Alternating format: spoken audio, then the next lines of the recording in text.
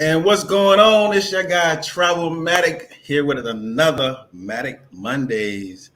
I am glad that you are back with us. We have my wonderful co-host Tiffany Sports and Heels. What it do? How y'all doing? Happy Monday. Yes, and we have two special guests today. We are excited to have them on.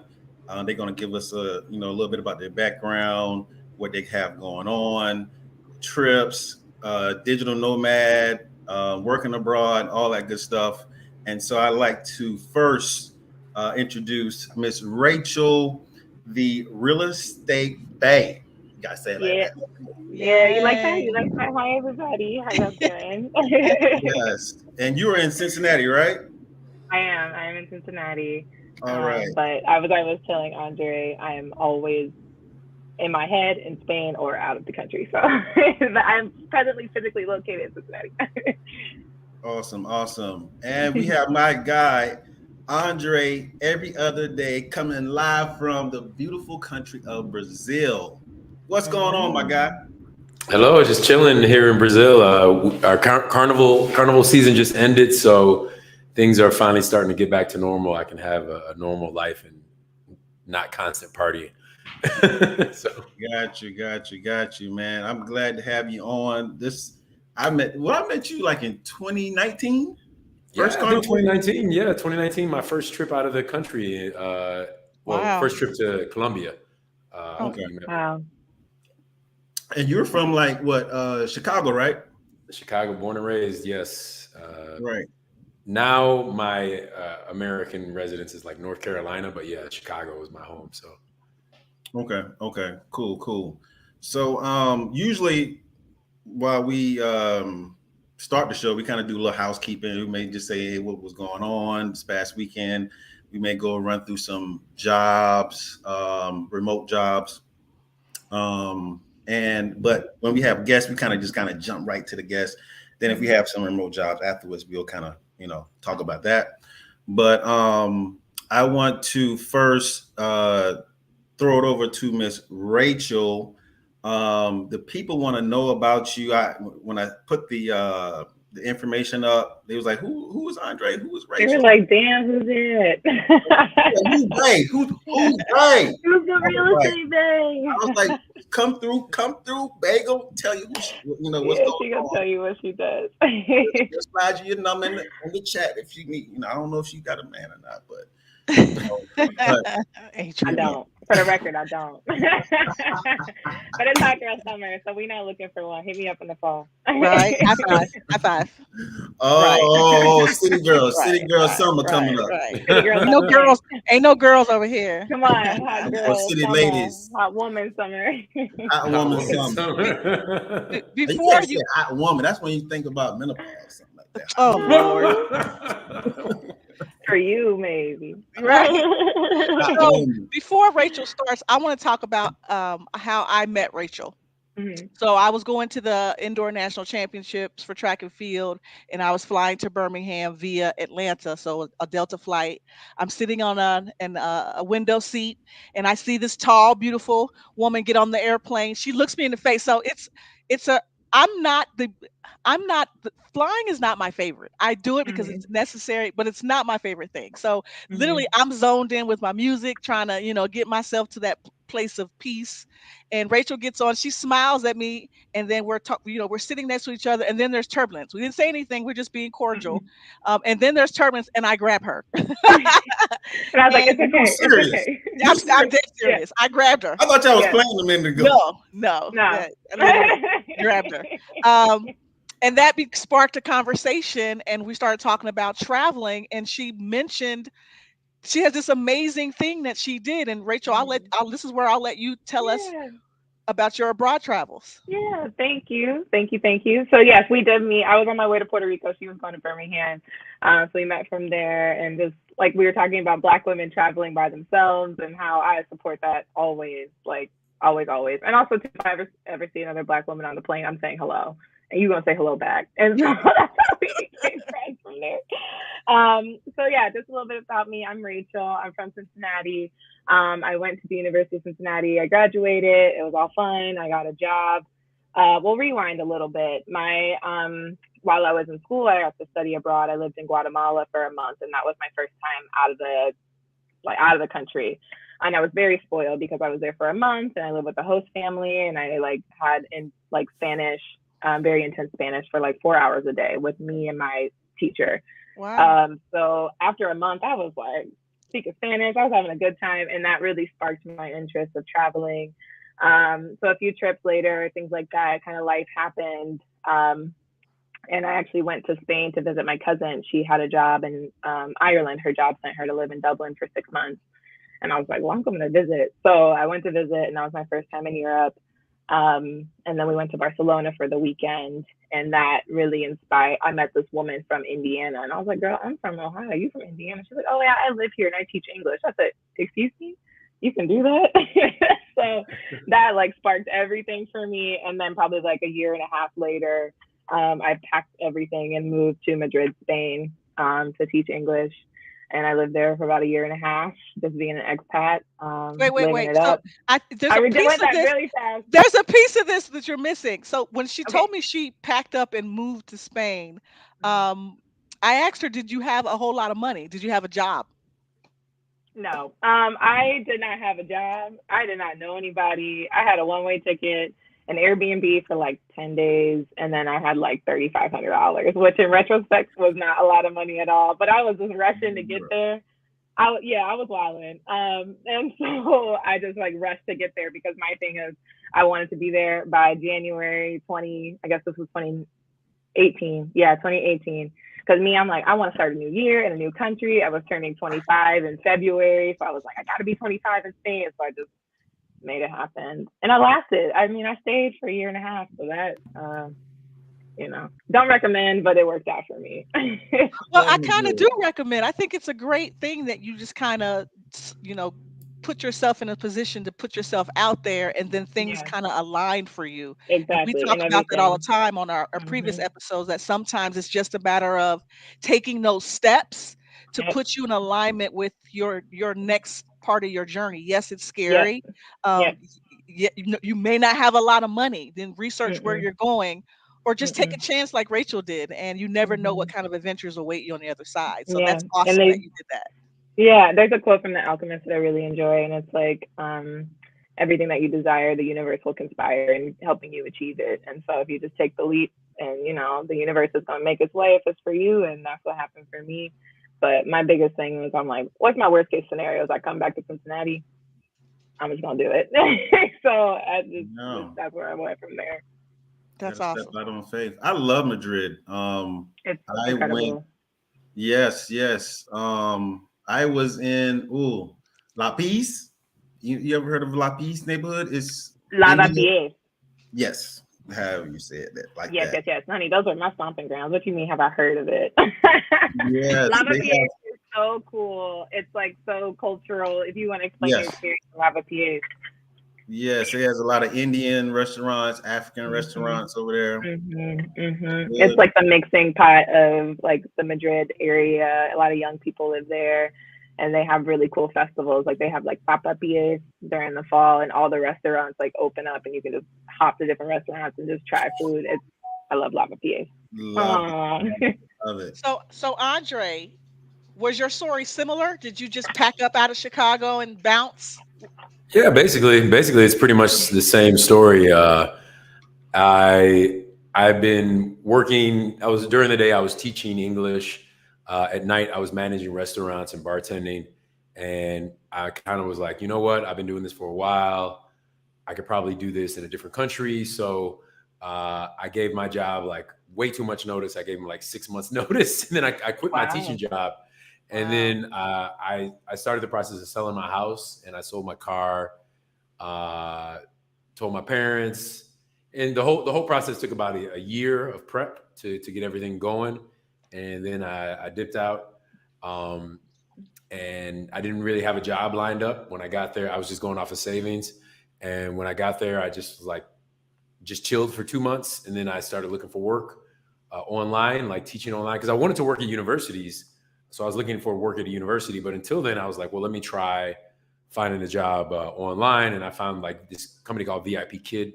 So I started teaching like English to Wow. Chinese kids, which is like so random. Rachel, you're familiar with VIP Kid? Oh my gosh, that's like a There's probably a lot lifeline of for us. teachers and for Yeah. It's major. Wow, Yeah, you so bring it I up. wanted to teach at university, but it's so difficult trying to communicate with like people. Business in Latin America is a lot slower and a lot less professional, so they weren't really returning calls, or you'd email them and they wouldn't email you back, and it was just like a difficult process. So I was like, let me just work online, and I ended up making more money online than I could have made teaching in person at a university, which is crazy. So one of the things, Rachel, we talked about on that flight as well. We talked. This was an hour and 15-minute flight. We Yeah, probably talked we had a 15. heart to heart. Yeah, we did. So we talked about expenses, and that was one of the questions I had, was going over there with not so much of a cushion. What were your expenses like, your living expenses versus the cost of what we were bringing in, or the money you were bringing in? So I got really lucky. So probably like 2 weeks before I left for Spain, the panic of it kind of started settling in, maybe a month before. And I had a friend that was an au pair in Barcelona at the same time I was getting ready to move to Madrid. She's like, oh, just be an au pair. And I was like, okay, cool. So For those who don't know what an au pair is, can you explain? Yeah, absolutely. So an au pair is basically a glorified nanny. And you are meant to live with a family of origin. So I live with a Spanish family, and you're meant to include English in their day to day. So you speak to the kids in English, you help them with homework, you help them with chores, you're a nanny to them. And so I was like on the hunt of looking for an au pair, and you can do that. I mean, it's usually for younger, like women. Like I was probably one of the oldest au pairs at 25. There's a lot of 18-year-olds to 24-year-olds that do it. So that was my lifeline. And I had been interviewing with families before I actually took the plunge to move, but I hadn't confirmed a family that I was living with. So probably like a week into my Airbnb, this family popped up and they're like, hey, we're looking for an au pair. And, I went to go visit them and like the kids. In retrospect, I don't like them as much now, but at the beginning it was real cool. And so I became an au pair with this family, and I lived with them for 7 months. So that drastically gave me where I needed to live. It gave me food. And then I had a family that I could be supported by. And so that saved me, because if I had to get an apartment or anything like that, I wouldn't have made it for as long as I did. So it's nice. I mean, they give you a very small stipend. I think I maybe got like 70 euros a week, something crazy like that. But they pay for your housing, they pay for your food. And then I picked up an English teaching job and was teaching an hour a week. So I was making money, but then I didn't have any living expenses. Right. Andre, what about you? What was your living situation, expenses, and income like? So Colombia, I don't know too much about Spain, but I'm just going to assume that Colombia is much cheaper than Spain. And I was doing Airbnbs as well. And I think I was doing like 300 a month or 400 a month for Airbnbs. Wow. Possibly 600. Because, I'd stay at Airbnb. I lived in 7 different neighborhoods in Barranquilla. So I was bouncing around to different neighborhoods. And I remember one Airbnb, I was paying like 900,000 pesos, which is about $300, and I did that for like a month. And then I ended up getting a roommate, and I was paying 800 pesos, which is like about $200 a month. So my expenses were really cheap, and I was just eating food, and the food I was eating was like rice and chicken. It was like $2 for lunch or $3 for lunch. So my expenses were really, really low. The most expensive thing I could probably do was maybe like drinking cocktails or something like that, but I really didn't drink that much. So, it was very cheap, and just bouncing from Airbnb to Airbnb. What were the jobs you were doing while you were there? So for the first 2 months I didn't work, and then I started working online. And so my first job, I was working for VIP Kid. I was working for this other company called iTutor, and I was working for a tech startup. I was working for a tech startup, and I was teaching the software engineers English. So I would go into the office and teach them English. So I kind of had like 3 jobs that I was balancing. Yeah. Yeah, A and hustle. I was making like, I don't know, I think I was making like 1,000 a week or 2,000 every 2 weeks. I don't, it was, whatever it was like plenty of money. So, In Colombia, yeah. Yeah. yes, You were a king out Colombia there. standards. Now, Rachel, when you moved, you didn't know anyone hardly in Spain. How did you build? I've looked at your Instagram. We talked. Yeah. You showed me pictures. I saw looked at your TikTok. You've got a lot of friends, a lot of girlfriends. So, how I did make you lots of build your? friends. How did you, other than the fact that you speak to every black woman on an airplane, how did you build your Yeah. network in Spain? Um, Honestly, a lot of it was just kind of like by chance. I got really lucky. And one thing too that you recognize as an expat when you see other Americans, you're like, "Hey, girl," especially like black ones. I'm like, "Hey, girl, we're friends." Like, and you would just be on the metro and you would just hear an American voice and you would kind of just turn over. Or, just being out and about, people would, I would talk to people. A lot of people that were very, very outgoing. And I will say, but I also got really lucky. Like within my first 2 weeks of living in Spain, I met one of my best friends. She was also an au pair. And funny enough, we're like, "Oh my gosh, where are you from?" She's like, "Oh, I'm from Ohio." I was like, "Girl, I'm from Ohio." And she was from Dayton, and I'm from Cincinnati, like an hour away from each other. And she was like, she was one of the first people I met, and her and I instantly were like this. Shout out to Tasha. And one thing too about being an expat is like your friends are your family because you don't have a support system out there. Like, so you really, really get really close with a lot of people in such a short amount of time. But I would definitely say like just going out, meeting people. I would go to a lot of language exchanges, like to help practice my Spanish. There's my real estate Instagram. I have my personal Instagram, but it's well blacked. It's got some thirst traps on here. But thank you for pulling us up. Right, I was looking for your. I wanted to kind of show some of your Spanish or your travels to Ireland, whatever. Thank you. Yeah. So I met a lot of really great people. And then in Spain, so basically I kind of went and did freelance first and just kind of found like different odd jobs, kind of like Adrian was saying, my apologies, Andre was saying, just found kind of odd jobs. But then after I moved out of my au pair family's house, I actually got an apartment with a girl that I worked with, and she was an American from Jersey. She had lived, and she was black. She was from Jersey. She lived in Spain for 5 years, and she's like, "Hey, you want to be my roommate?" And I was like, "Yeah, girl. Like, of course I want to be your roommate." And so yeah, I did all that, and then just through meeting people in the program that I was in, just other expats, and then you would just link up and hang out, and I just had a really good time. So yeah, it wasn't very difficult for me to make friends, which I was very fortunate for. Andre, what about you? Making friends. So basically, Facebook was everything. So I joined a Facebook expat group, and I actually, one of the ways I met people when I first went to Colombia for Carnival, and that's where I met everybody at. There's a YouTuber called he was called This Is Ace Live at the time. He's Ace Live right now, and he had a WhatsApp group. So I met a lot of people through the WhatsApp group. But my friends that I actually met in person when I was in Barranquilla were from just Barranquilla expats, and there was like language, like she said, language exchanges. So I went to some of those, and I met a lot of people that way. But I like am an only child, so I kind of keep to myself a lot as well. Yeah. And so most of the time I was just like chilling by myself, or I would hang out with people. But I really only had 6 months, and then the pandemic hit. So luckily, when the pandemic hit, I had a roommate, this brother from England, who actually had bought a condo down there. So I roomed with him for the pandemic. But it was a lot of time not hanging out with people because I was in Colombia like full like. I got in Colombia in June 2019, and then it was just like, oh yeah, you were 6 months of right good times. Yeah, And the world was like, nah. Yeah. Wow. So I have Andre's YouTube channel up here, Awesome.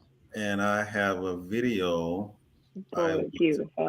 of he spoke about Barranquilla. Barranquilla is where the actual carnival, Colombian carnival, is held every year.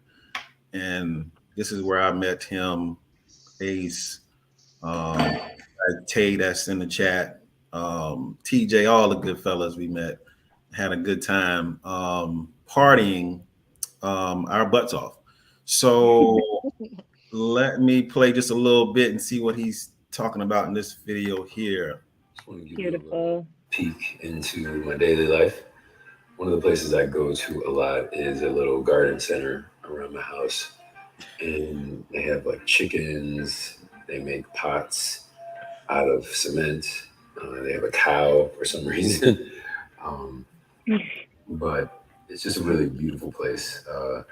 And one of the things I really enjoy about Barranquilla is just that I can kind of just chill and have time to enjoy things like this. He got that Barry White Just voice look going around. on. It's I really know, beautiful. for real. And that's pretty much it. It's just a little flower garden I like to go to sometimes. But you know, that's one of the beauties of here. You have time to kind of do things like this.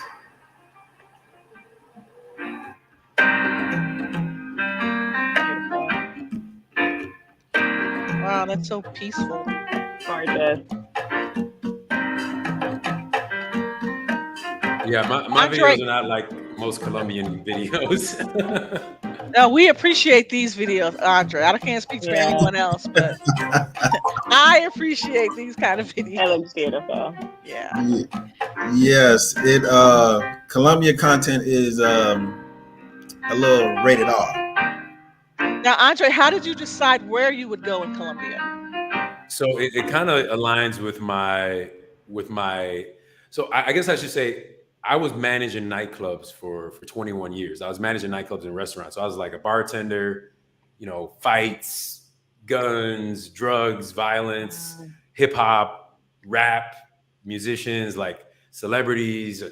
I met like everybody. And so my life was very crazy.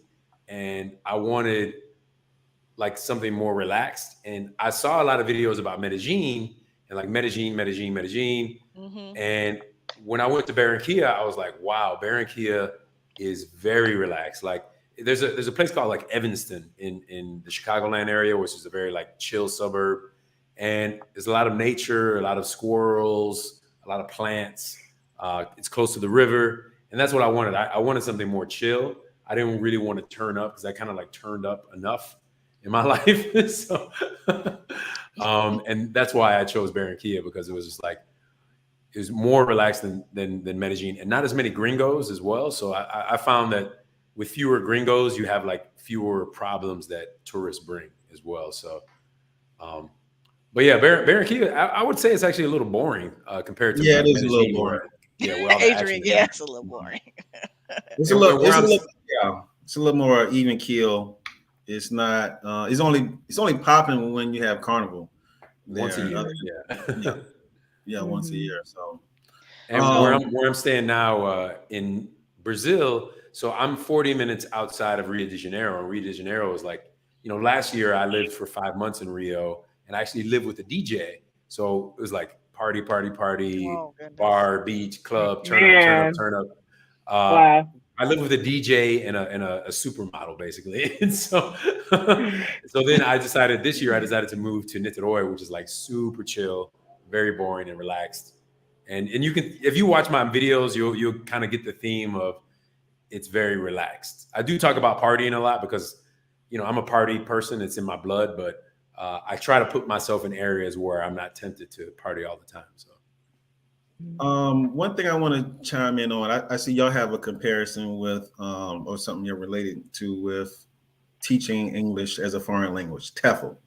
Because I've been wanting to do a show on this, probably in the near future, like a whole TEFL, because TEFL course, was all included in it, requirements, all that stuff. It's a lot that kind of comes with it, which we don't have to go into now. But do you think it's sustainable? Like, because I saw y'all kind of dabbled in it, and then y'all got out of it. Most people I see dabble in it, and then they get out of it. They don't really do it. Like, it's almost like the training wheels for, you know, trying to get abroad. So It is. And y'all left VIP, because I've seen this with VIP kids, and then there's another one. Because actually, I have my. I when the pandemic happened, And I think I was kind of just on this, I want to move abroad and I need to figure out some kind of ideals. And I heard about this TEFL, people going and teach English abroad and make money and live in Korea for $500 or whatever. And you can go on Groupon. It was like, you can go on Groupon and get it for like $35. Went on Groupon, got it for $35, took the 2-week course. Well, it's not really, it's a self-paced course. Of course, y'all know. Self-paced course. Did the lesson plan, submitted the lesson plan, got approved for it, and got my certificate. And I did nothing with that motherfucker. But because I was thinking about doing it online, and it was like, you know, you could do it online, but then you would be teaching like the Chinese kids, and the Chinese kids are like, you can't teach them till like 11 o'clock at night, and you know, you do 3 hours. And I was like, oh man. And then I was actually doing that when I was going through the pandemic, when it first hit, and I went ahead and did it because I was just in the house not doing nothing. But then I started back working, and I said, nah, I ain't gonna, I can't commit to, you know, getting up at 11 o'clock, doing just like 2-3 hours. And I couldn't even, I said, nah, I can't commit to that. It sounds easy. I'll be up to 2-3 o'clock all the time anyway. But the minute I got to do some work, I'm gonna be sleepy as I don't know what, you know. So what's your opinion on it? Give me your opinion on the TEFL. You can go, Rach. Okay, I'll go. So one, I paid way too much for my classes. I went through like an organization. I was just ready to go, and I was like, cool, I'll take it. I don't care. But for Spain, it's really different because one, I never like the jobs I did have, they never really asked for my TEFL. They're like, oh, you're American, you speak English, cool. Like, come on, like, let's go. And so I showed maybe like my TEFL like once or twice, but I kid you not, I found a job on this posting. I went to interview for the job at 9 a.m. and at 12, they're like, hey, can you teach this class? And I'm like, yeah, sure, let's go. And so that was like how I got a job. They just like don't care. In the school, you were in the school. Yeah, I was teaching the youth of Spain, and they gave me 3-hour notice from the time I interviewed until my first day. So yes. And that's one thing Andre kind of talked about is the Latin American culture, especially with business, is like, one, they're either super slow or it's just very unorganized, and you just got to go with the flow. So, but Spain has a program through the government. The big one is called, the one I worked for was called Beta, or the Auxiliares, like AUXILIARES.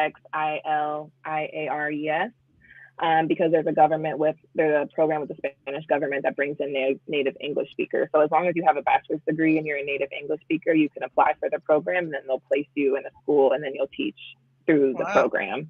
Okay. And so that's a great way to make your way. And you don't even need a TEFL for that. You just need a bachelor's degree to do that. And there's also another one called Medias. And you apply for it. Depending on the program, they'll help you with getting your visa and like your insurance, and they'll really support you in a lot of ways. So the first few months I was kind of just free falling, doing whatever, but maybe like 8 to 9 months into my Spain experience, I started doing Beta, which really held my hand. And we had classes, we had trainings, we had, you know, these seminars and things like that. But I didn't use, I mean, it was helpful just knowing how to plan a lesson, but TEFL in Spain doesn't really do too much for you. They're just happy that you're like an American and like, yeah, teach them. Like, so I don't really, you know, especially as maybe other places like Korea or China or things like that. Oh, and you, Andre, what's your opinion on it? So I think before recently, the TEFL and teaching English online was a good idea. So my experience was different than Rachel's. I had to, you know, show my resume, do some practice courses to teach for these basically Chinese kids online, VIP kid, and I tutor. It was an extensive process, like a 2-week process. But once I started doing it, I would book clients, and I think it paid like $7 per 25 minutes. So not very good. Like you're getting like $14 an hour. So not really good money. iTutor actually was doing things where they pay you like $8 an hour or some shit like that. So excuse my language, but it was horrible.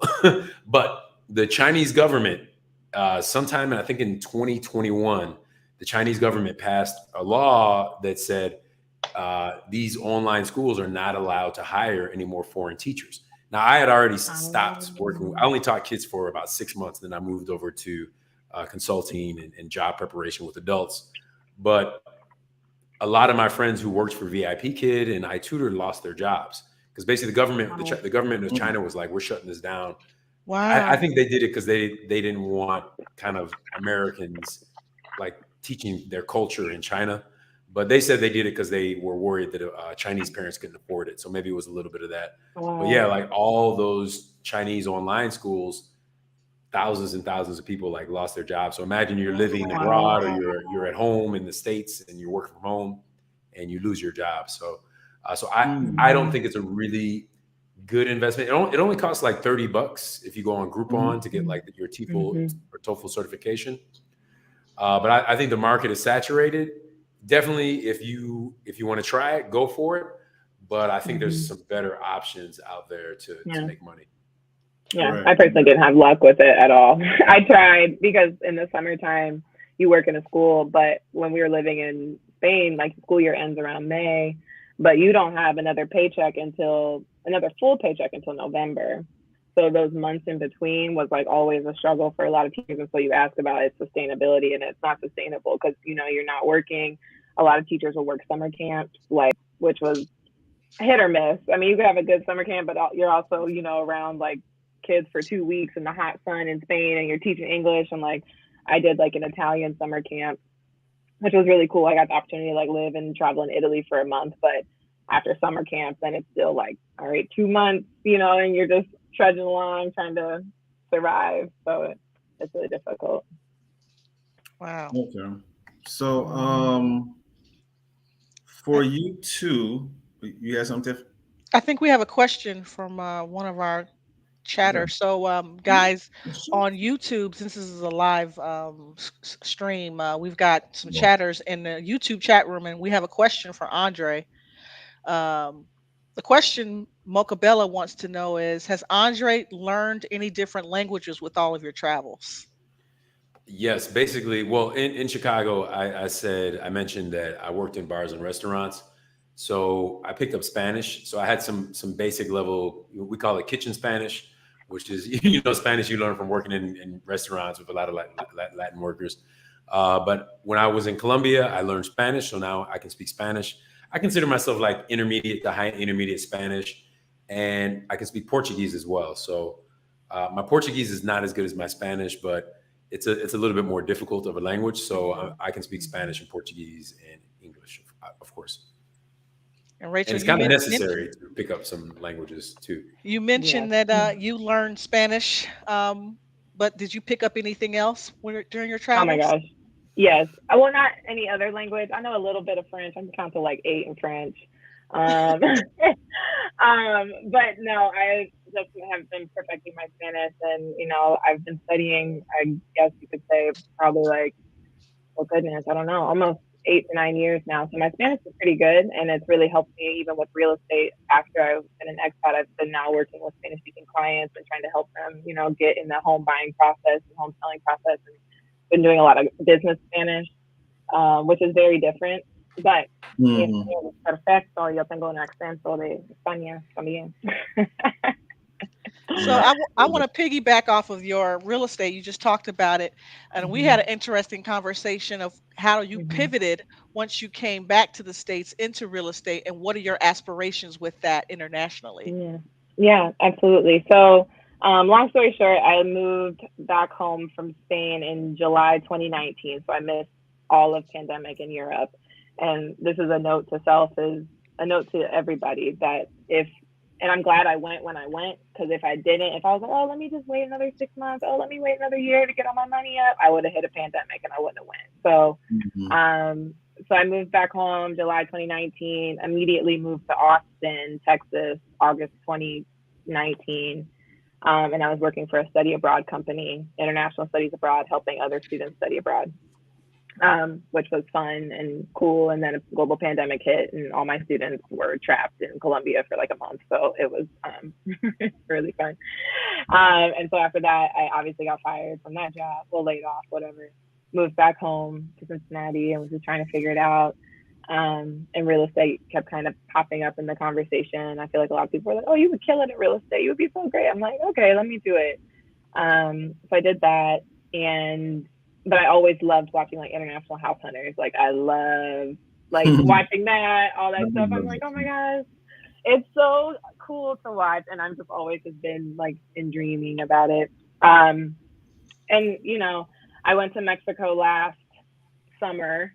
I went to Mexico City, I went to Cabo, and then I actually stayed a week by myself. And I went to this place called San Miguel de Allende, which is beautiful. It's like colonial. It's about 3 hours away from Mexico City. And I was just really journaling. Like I was like, I want to be a real international real estate agent. I want to be out speaking Spanish, selling different homes in different countries and things like that. And then as I was like walking around the town that day, I like saw a Coldwell Banker office like smack dab in the middle of the city. And I'm like, let me go talk to this person. Like, how did, let's go talk about the alignment. So I went in and I had a conversation with this man named Jim. He was extremely helpful. He was like an older white dude from Kansas. He's like, yeah, I've been, selling houses here for 10 years. We invested here. And I'm like, okay, interesting. That happens. So that's been like, because my thing is I appreciate America for what it's done for me and the opportunities it's given me, but I don't want to spend my life here. I it's on my Puerto Rico trip. Thank you. Yeah, my goal is to be a permanent resident of another country by the time I'm 40. So I just want to get the hell out of here. Is my goal, and real estate is the avenue. I love that story because again, we talking about taking steps towards what you envision for your life.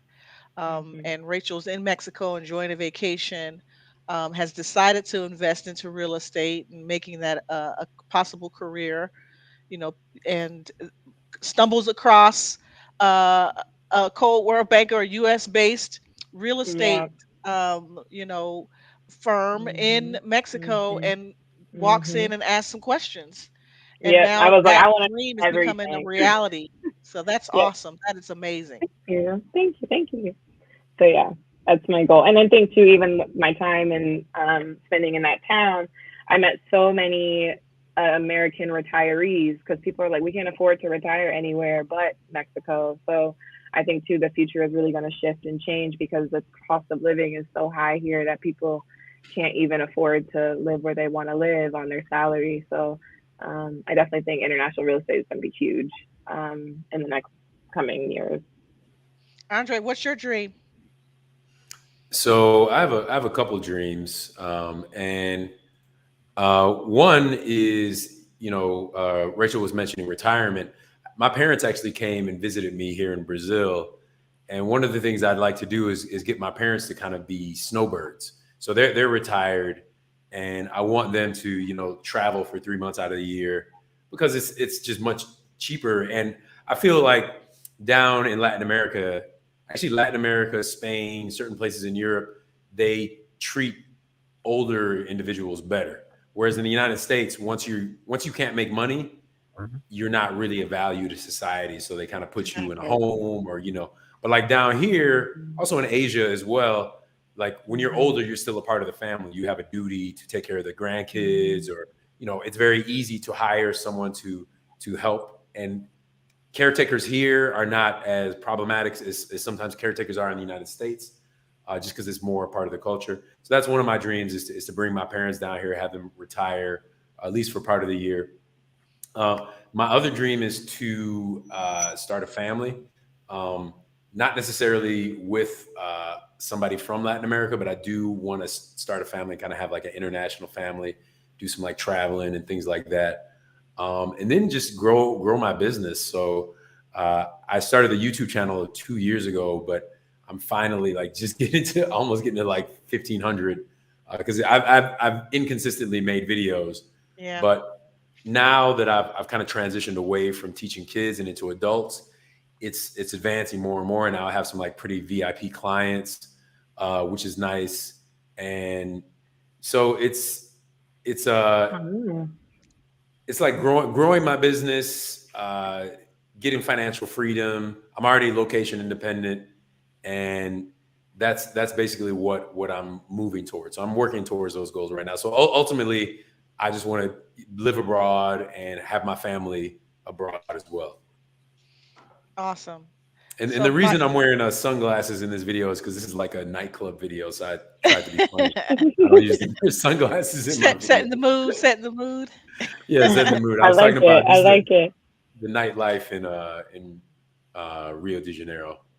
So we have you in Brazil, staying in Brazil, and Rachel in Mexico. That's what we got for the future.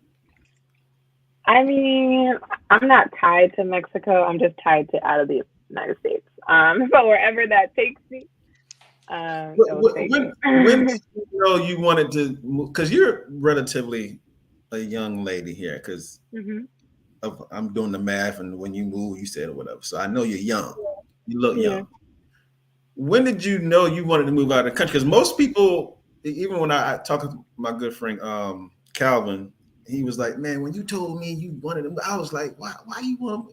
A lot of, and I hate to say, a lot of us brothers and sisters, we think that, like, why, you know? So when did you know you wanted to move out of the country for good? I feel like as soon as I left, I don't know. I don't know. I think honestly though, but if you've also lived the life, the lifestyle that I did when I lived in Europe, it's like even just your basic needs. Like I had healthcare, and I went to the doctor, and my prescription was $5, and they swipe your card. You see the doctor 10 minutes later, and then okay, cool, everybody's happy. Like the quality of life, people enjoy their families. You have a month off. Like the whole month of August, everybody in Spain is like, bye, I'm at the beach, I'm with my family, do not answer my emails. Like literally everything like shuts down. And so for me, I just don't see the appeal in being a part of the capitalistic culture that America constantly puts us in. I want to live a life that has quality and I get to enjoy it. I don't want to work myself ragged, you know, in a place that also is racist as hell. Rach, you made me think about something when you said that, you know, took the month, in which I know that you get a lot of off days just in Europe. But I remember my first time in Madrid, first night I got there, and I think I got there around like 11, 12, and I was like, you know, I'm going to sit down for a minute and I'm going to go and lay down. And it was about 2-ish, and I said, I'm going to go outside and eat. Now, mind you, I know I heard everybody up to like 11, 12, 1, 2. Went outside. Yeah, I know. Nobody was out. It was closed. Like they closed down for like the evening. Oh, you went at 2 p.m. I was thinking like 2 a.m. I was like, oh, it was jumping. Yeah. Oh yeah, 2 a.m. they all jump. Okay. But 2 no, like, it's until 5 a.m. they jumping. They fun. Yes. But yes. Like, everybody took a break during lunch. Like even the restaurants, they closed down and they reopened like at 5 for dinner. Yeah. And I was like if you don't get your food at lunch, they're gonna shut down that little window, and you just got to figure it out until like 5, 6 o'clock. And I thought that was just so beautiful. Like you don't get there, you know, where people just, hey, we need to take a break too. Like, oh, okay, well, all right, I'll be back later. So you that could never happen here. Can you imagine? Never. It will never happen. 3 hours. Yeah. And the thing is too, when you get there and they just be looking at, they do not care. And the thing is, I appreciate it about Spain is they do not care about your time. If you are in a rush, like there are abuelas standing in the middle of the street having a whole conversation. They do not care about you. They don't care about your job. Like the banks close at noon. You know, like so restaurants close. Like even when I taught English, my students, like we had like teachers would all go on a coffee break from like 11 to 11:30. We all would go to a bar around the corner, have toast, have coffee, sit, chat. We would come back to the school. At 12:30, the kids would have lunch from 12:30 until 3 o'clock. I'm talking about stress-free, man. I would catch some teachers having a beer outside, like just vibing. Like Andre, your experience the same? Yeah, and it's funny because I remember I met a man from Miami who had moved back to, he's like half American, half Colombian. And we had a conversation, this is in my first month of moving to Barranquilla, about how Americans have this like, go. You know, it's 8 o'clock. Why aren't you here at 8 o'clock? Okay, the meeting ends now. And when you get to Colombia and you go and the bank is like, they're closed for 3 hours in the middle of the day, and you're like, what? He's like, how does it? Or, you know, in Brazil, the bank has a huge line and, you know, everybody's just kind Mm-hmm. of more relaxed. And if you're Mm-hmm. late, you know, okay, is the repairman going to show up? Maybe, maybe not.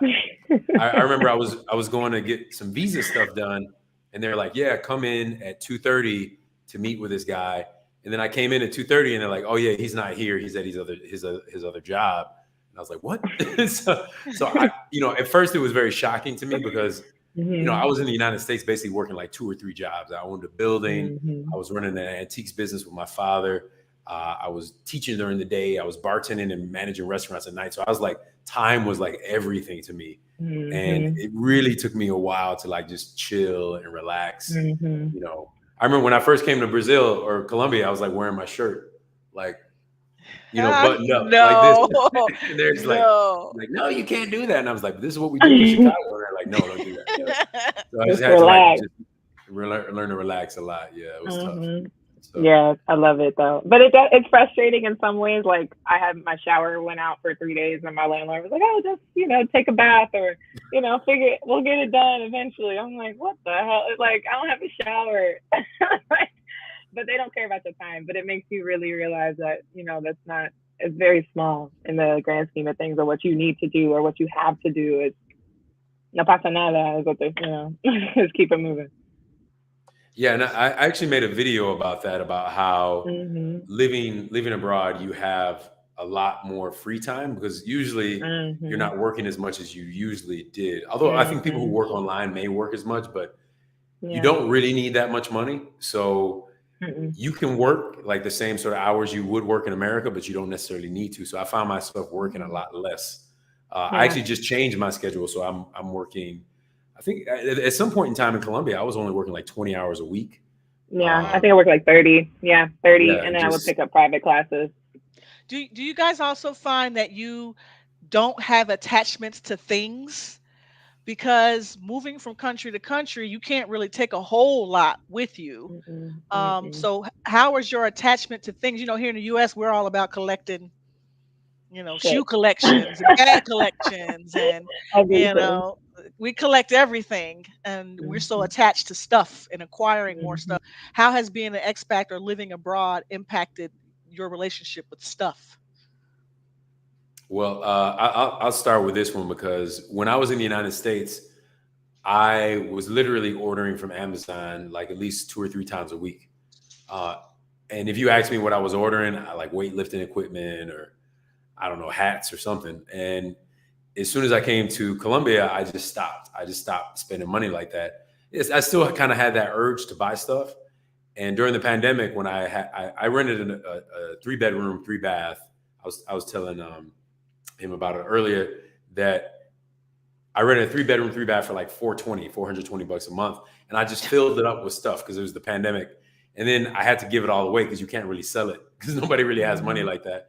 So Oh, now Mm-hmm. that I'm in Brazil, I'm just trying not to spend that much money like I used to. So Mm-hmm. Yeah. And I would say the same. I mean, I came to Spain with like I had two big like 50-pound suitcases and maybe a small one, but I was like, I don't know when I'm coming back. And even that was a lot sometimes. But the thing is too, it's really different is like everything's furnished abroad. Like you move into your apartment, there's already a bed, there's already a wardrobe, like the kitchen sometimes will have all the furnishings and things. So you can just bring your clothes and whatever and just pop it down. But it's definitely allowed me to see, especially being in real estate, like you see the way people live and you're like, this is just so much crap. Or like, you would have a family of 4 live in a 2-bedroom apartment, and they would be cool. And everybody here is like, oh, I need a big house. I need 5 bedrooms for 2 people, and I need this, this, and this. And even too, if you think about it, storage units are like the most American thing ever. so Like you have insane. to pay someone a monthly fee to keep the crap that you can't hold. Like it's a lot. wow. When you say it like Um, that, it's a whole industry. It's an industry it of just is. like us having too much stuff. Um, Wow. so yeah, it definitely impacted also how I travel. Like I always just take a little carry on with me because I had to go to Italy for a month with a carry on. So you better find shirts and pants that match with everything and keep it moving. So definitely made me a minimalist. Yeah, and I have. I'll add something into that because I remember I was talking with with my buddy Ace. Adrian knows him as well, and I was talking to him about dating, and I was like, in my apartment in Columbia, I actually lived in a place for a year and a half, and I never got a bed. I just never got a bed. I just slept on a hammock and like slept on like the yoga mats with some Back carpet. problems was on 12. And I was talking to Ace, and I was like, oh man, that is a I minimalist. I can't bring a girl back here. I don't even have a bed. Yeah, she gonna be looking. But this is what he told me. He literally told me that she was like, Andre, there's people living like in shacks. Like you don't understand what people are living with here in Colombia. People dress nice, regular clothes, but they're living in like cinder block houses with like tin roofs. And when we come over from America, we have this ideal that like 4-bedroom house, 2-car garage, this and that. But people over here are like living with people really don't. And that's kind of a negative thing here too, is people really don't have any money. Like they don't have any money. And when you're thinking that you need this and you need that, what you don't really, because whatever you have is probably good enough. You don't need money to get a girlfriend or a boyfriend. You don't need money to have fun. All that money stuff is just that ideal that you're bringing from America. There's a word for it, kind of like internalized capitalism, that you just need to buy, you need to purchase in order to be somebody of value. Let me ask you this. It seems like both of you kind of took what you knew how to do when you got to wherever you were going and parlayed that into a way to make money and income while being an expat. What is your advice to someone who's considering, maybe they want to do 3 months abroad, maybe they want to do 6 months, maybe they want to move abroad? What would you have done differently, maybe, and what advice would you give them? And we'll start with Rachel, since you went with $3,500 and listen, I was like, my advice was dream.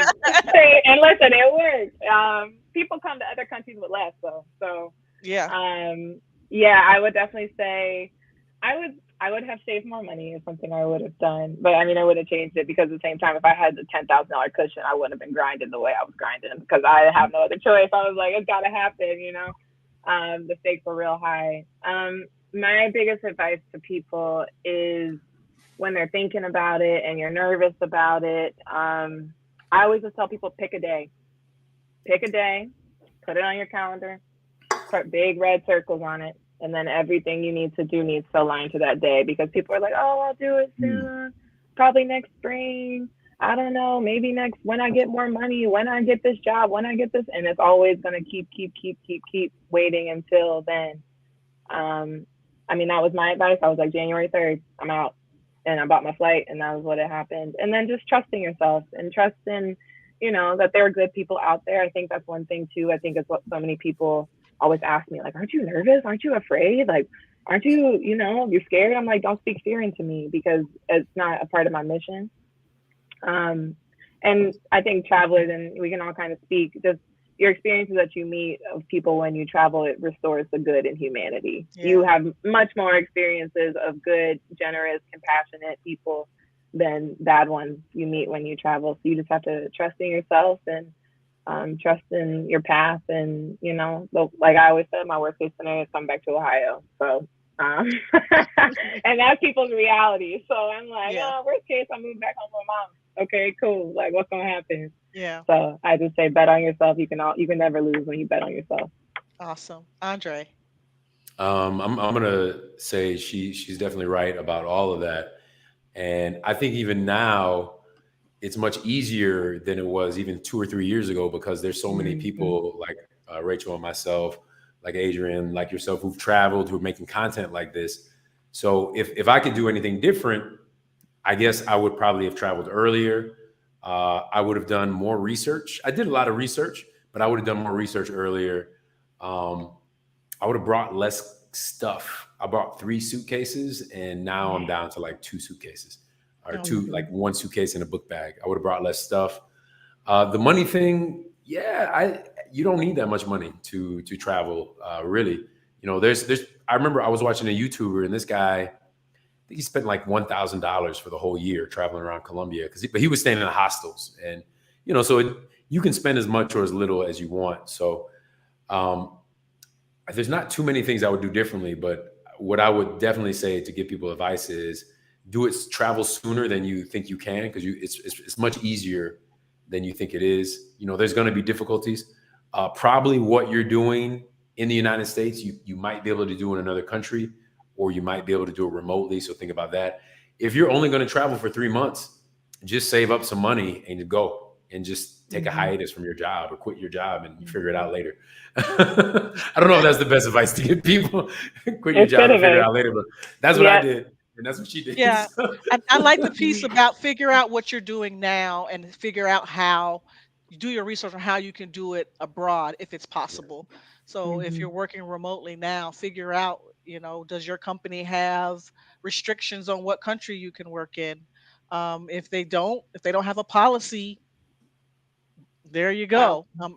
Or start listening to shows like this, and find an opportunity that will allow you to work anywhere in the world. There are plenty of online. We've talked about different careers. We've talked about transferable skills. Finding something that puts you in position to have the lifestyle that you want, whether it's working remotely or living abroad. It's just a matter of taking those steps, stepping out on faith, putting a date like Rachel said and circling it, and planning like Andre said, like where am I going, what am I going to do, and how am I going to get there, and just taking those steps to build the life that you want for yourself. So kudos to both of you for taking a chance on yourselves.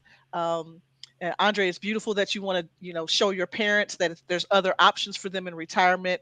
That's a beautiful thing. And Rachel, you dreaming big and want to help families internationally own homes is a beautiful thing as well. So I'm really happy that we got to link up tonight. Yeah, it was an honor. Thank you for having me. Having And us. chime in as well on what Rachel was talking about with people were in her ear and saying, you're not scared or whatever, And I hear that even with myself, just being a grown man traveling to certain countries, and I'm like, I live in Atlanta. If I turn on the news, it's like I turned on the news this morning from this past week, Mother's Day weekend. You had about 5 murders. Now they do kill in other countries, but when I'm in their country, I don't really hear like 5 people that was shot just within Atlanta itself, the city limits. Yeah. Not even outside of Georgia. Yeah. And people live in their house with 2 deadbolts, have Ring doorbell. have bars on their windows, and say, You got the Rottweiler. You scared to go, and you ain't scared. You scared to go out your own house. If you look at it, you know what I'm saying. And so, fear holds us back so much.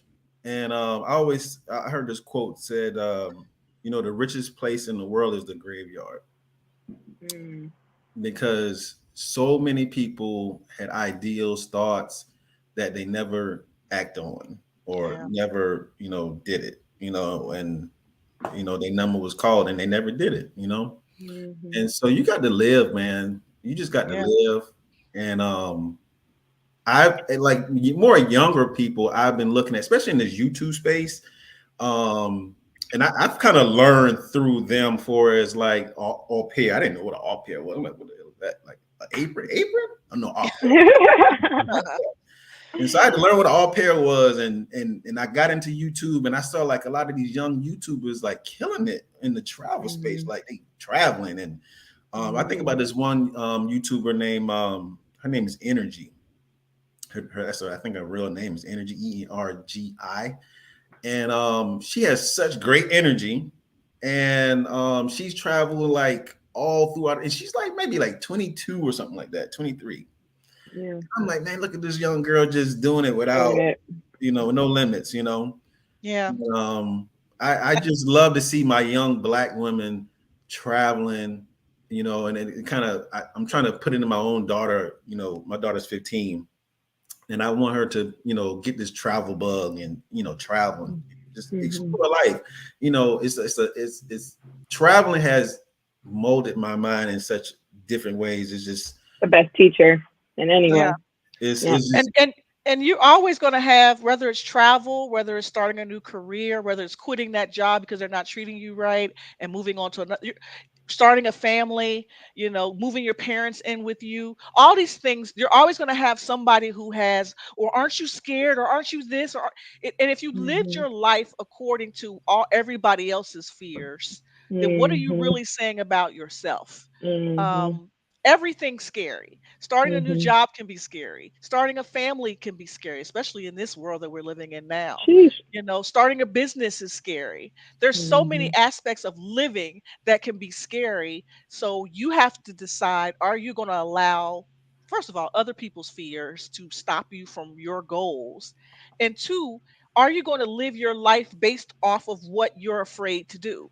I mean, there are Mhm. some things to legitimately be afraid of. But like Adrian Mhm. just mentioned, going to another country when you live in the United States that has, or you live in Atlanta, or you live, a friend of mine, her son got shot just hanging out at a club, in his leg. And so innocent Mhm. bystander just happened to be at the wrong place at the wrong time. It doesn't really, there's always going to be a risk in everything you do, but you only get one life. Like, you Yep. literally get one life, one chance at this. And all of the stuff you accumulate, all the stuff that you have, you can't take that with you. The Yep. only thing that you can take with you are your memories and the life that you've built for yourself. So when you're not Mhm. able to do anything else, you'll have these memories, you'll have these experiences, and you'll be a better person in this world because of what you've done to make yourself happy, to keep yourself at peace, to bring joy to yourself. You're able to then give that to others as well. Absolutely. Um, Absolutely. yes, and we have a question from Mocha, one of our great listeners here, viewers. I have to ask about the food and the culture, sports in the other countries. I guess she's saying, like Mhm. Brazil, Madrid. I probably can talk on this myself because I've been to both of them. Come on. Um, and I got a story about both of them because Madrid. Long story short, I was supposed to go to Madrid and I ended up being in Granada, and then I was supposed to Beautiful. yes, Granada. Girl, that's a whole nother story there. Granada Gorgeous. is if my next lady, I'm gonna take her to Granada because it's like Uh-oh. it's Have you beautiful. been to Sevilla? He said his next. I know. Have you No, been to I haven't. Sevilla? No, go to Sevilla. Sevilla is like, Granada is magical, but Sevilla is literally like paved with orange trees and lemon trees, and there's like alcazars and like palaces. Like Sevilla, Sevilla. take her to both. Sevilla. Sevilla. It's I felt uncomfortable just being there by myself in Granada because it was just like You're this like, is it's romantic as hell. like I always go to the most romantic places by myself and just be like I went to yes. Florence by myself for 2 days. I was like watching the sunset over the Cathedral of Florence, just sitting there by myself. I was like, this is ridiculous. Yes. So when I ended up in Granada somehow, some way, and I was hungry, so I went down to the little castle, the big church and all that stuff down there. It's nice and beautiful. And I was like, I'm gonna get me a little pizza. Seeing they're sitting out there, and this as you sit down, you take the order. This lady came with a little plate of paella. She sat it there at my table, and Stop it. I was like, I didn't order I gotta that. pay for this. I You're was like, like, I said, but it looked good. I'm gonna take a little sample. And I sampled, and I was like, oh man, this is good. man. I'm gonna have to tell them that I ate it and I'll just pay for it. And so the lady was like, no, you get paella with every, like if you got a drink or if you get a little plate of paella. And I was like, for real? It's tapas. I said, what? And You she's like, pay yes, for one beer and you get food. Another yes. beer, more food. So she bought the Another beer, pizza. more food. And I didn't even eat all the pizza because I was eating the paella and it kept me full and I had a beer or whatever. And I was just like, man, this paella is banging. So yeah, that with Brazil, I went to Salvador the first. I was like, no, I stopped in Sao Paulo, went to Salvador. I took a little cooking class with this nice lady that made me moqueca. And we have caprianas. Excellent. There's a shrimp moqueca, like a shrimp stew with some rice and this. They always use a lot of yuca with this stuff, whatever. So Yeah, you could. So y'all can break it down with y'all favorite foods, culture in areas that y'all been in. Make sure you add the favorite cocktail, Andre. I seen you shaking them up on Yeah. Instagram. Go with it, Andre. All right. Well, my favorite, really, Colombia is mostly comfort food. So just beans, rice, and chicken. A lot of comfort food, a lot of bread. I developed some bad habits. I'm sure everyone did over quarantine. So, but I was just eating a lot of comfort food, and it's just like really good rice, really good chicken, really good bread. You know that you get the whole fish on the beach as well with the face on it and the teeth and everything. Um, Brazil is the same thing. So I've just found uh, that I had to limit myself from the comfort food. I don't even know the names of a lot of the dishes, but it's like in Brazil is churrasco. So they give you meat, a lot of meat, you know, where they go around with the meat on the stick and they bring it to your table. Yeah. And what I'm doing now is just a lot of vegetables. I'm trying to get healthier and recover from my pandemic body. So I've been exercising, eating healthier. Obviously, my favorite drink, margarita and Caprina, my two favorite drinks. And I also like making them. In Colombia, a lot of people will complain about the food being very bland. They do not use a lot of seasoning or spices on their food. So if you like bland food, which I do, you like Colombia. So and Brazil's like America, where they have a lot of different varieties, but you just end up eating a lot of like beans and rice in Latin America and meat. So, But you didn't think that food in Medellin was different than food in the Costeña area, the Cartagena, Barranquilla? yeah, but Medellin is like a little different because Medellin's a very like hip city. So, you know, they're doing a lot of cool things with food in Medellin, I feel like. And in Barranquilla, it's like a coastal city. So it's like fish, plantains, rice, beans, soup. You know, for $4 or $3, you get, you know, chicken, soup, rice, beans, and plantains, and like you're good. And it's I would say it's a little salty, but I liked all of it. I really like what is it, the arepas as well from Oh Venezuela. yeah, arepas be hitting. The Yeah. tacones or the taqueños, those be hitting too. Yes, The little cheese any of things. that. All Yes, that, all that. all of it. I love it all. So if I you like like comfort todo. food, I think you would like it down here. They don't do too well with the ribs though. Not too many barbecue ribs down here. But if you want to be vegan or vegetarian, it's actually pretty easy down here too because there's so many fresh fruits and vegetables, so that you have that option as well. Okay. Beautiful. What I'm gonna do with I know she wanted to see some stuff here. Let's see here. Let me show you my moqueca that I made Okay.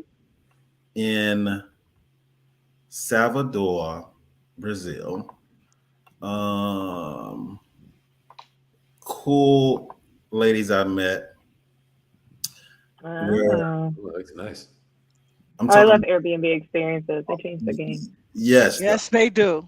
the I Yeah. did one in I Airbnb. did one in Havana, Mhm. and I taped the entire set my tripod up in the corner, and I got the whole thing on video, and I still have to drop that content. It's a Beautiful. lot. Yeah. But this is the final spread. This was the chef, that lady in the back. We had a girl that lived upstairs that gave us the Spanish, but that's the rice, that's the moqueca, Wow. that's the little they use like this root vegetable. Is it maybe Like yuca yuca? Yeah, I think so. And or yeah, something like and that. why it turned yellow because she took the like it's a bending oil like from Nigeria, like Africa, that turns it kind of red, but when she put that oil in here, it turned it kind of like a yellowish type. But Interesting. yeah, you had that and the rice, and I think we had something else too, but Beautiful. we had these little drinks here on the side. She made caprianas for us. Nice. Wow. Just Beautiful. beautiful experience. Loved Wow. it. and they had me drunk as I don't know what in there. And didn't even charge me. And I said, I have to give y'all some more. They're like, no, you're our guest or whatever. And I was like, oh man, I appreciate this. And I Yeah, still the hospitality is real. yes, definitely. So real. So I dropped both of you guys' Instagram links in the chat for our listeners. But where can they find you on social media? Well, you go. Oh, No, you go. okay.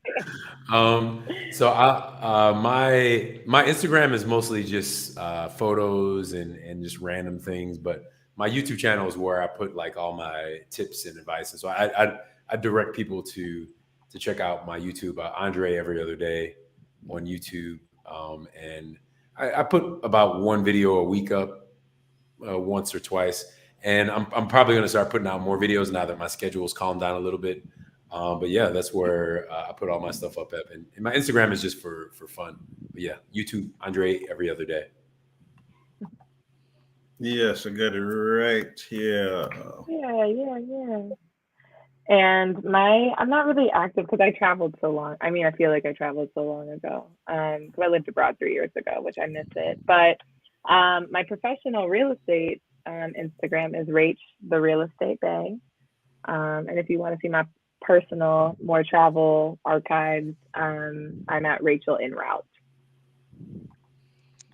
Cool. And Rachel has a TikTok too, so make sure you I follow do have her a on TikTok. I don't use it because I don't want to get sucked into the TikTok metaverse. But it is also Rachel the Real Estate Bay on TikTok. Man. And man, I'm like, I don't have any more time to be on any more social media apps. Yes. I'm like, I'm out.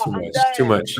I'll save it for the TikTok queen. will suck you in too. I'm That's what I'm saying. And I see and the way they scroll it, it's like your brain is like, that's the whole mission, and I'm trying to avoid it like the plague. But I'm definitely sucked in.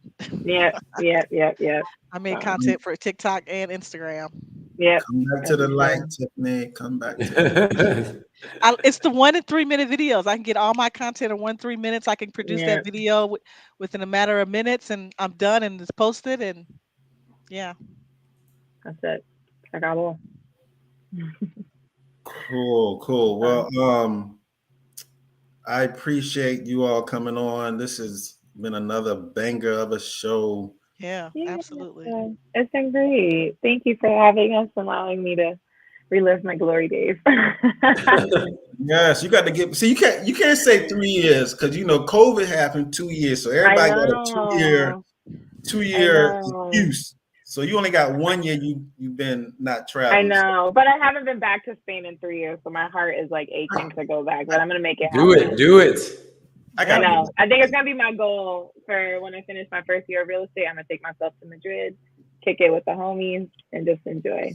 Spain is my joint because you can go to Portugal. Portugal's amazing. $80 round trip. Yeah. You got some islands right there. I went to Ibiza. Ibiza, come on, there you go. Majorca. Menorca. You have Formentera. You have the Canary Islands, which is also part of. You know about Formentera? I went to Formentera. Yeah, I went to Formentera. Don't blame me. I took the ferry from Ibiza to Formentera and went and walked around for a day. Of course I did. What do you mean? Oh, yeah, I know all about Formentera. I love Formentera. When gorgeous. Gorgeous, so serene, so beautiful. I took a scooter all the way around the island. Yeah. Just rolling. I walked like it was like a whole mile walk, but like an hour walk, but I didn't even mind it. I was walking on the island in the middle of the freaking like Mediterranean, like beautiful. Yeah, yes. Spain is a magical place. I'm a little biased, but I will say Spain is incredible anywhere you go. If all else fails, if I had the perfect situation, it would be Spain. Agreed. Agreed. Me and you both. Andre, I appreciate you coming on, brother. Thank you, Andre. Thank you, Andre, for having me. You got a lot of good things going on. You got a lot of good things I didn't know was going on. I thought you was still teaching English, but now you're going consulting route. You got all this good. I'm gonna have to do some sidebars with you as well. Listen, me and you both. Are you hosting people in Brazil? Is that what I hear? Yeah, come through. I got a 2-bedroom, so Got extra spot. Yes, that's what it's all about. Networking. Yeah. Definitely. We need each other, man. We need to stick together. That's right. And also, with when you go to Andre's place, you're going to be able to look at some of his great dance moves here. If you can see him in the back with the hat on. Oh, where's that from? I didn't even know. That is from Carnival. You see Oh him my back God. Get it. You see him back there. He tried to hide. He tried to hide behind the two that were dancing up front. Hold on, let me see. Oh, that's incredible. Oh my God. He back there cutting I don't know if up. that was salsa or what was that, but I was feeling it. It was something. I love it. Good times, Love good it. times. He back there over there dipping. I had to pull it back on you, that flashback, man. Hilarious.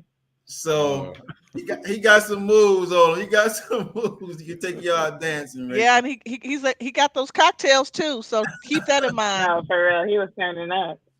Oh, yeah. I had to pull that one out on you, man. I knew I was showing somebody that video and I said, "Is that Fit Dre?" I said, "It's Fit Dre back there." We call him Fit Dre. That's how we always met him, was Fit Dre. And so it's like 3 other Andres and stuff in our little group back in the day. And I was like, "Yeah, that's Fit Dre back there dancing, man, cutting it up." Love it. So, love it. Yeah. So again, thank you for watching. If you stayed through the whole video, if you just dropped in, dropped out, definitely hit the like, subscribe button. We got more remote work. We got more special guests coming. We got more jobs. We got it all going on over here. So all the things.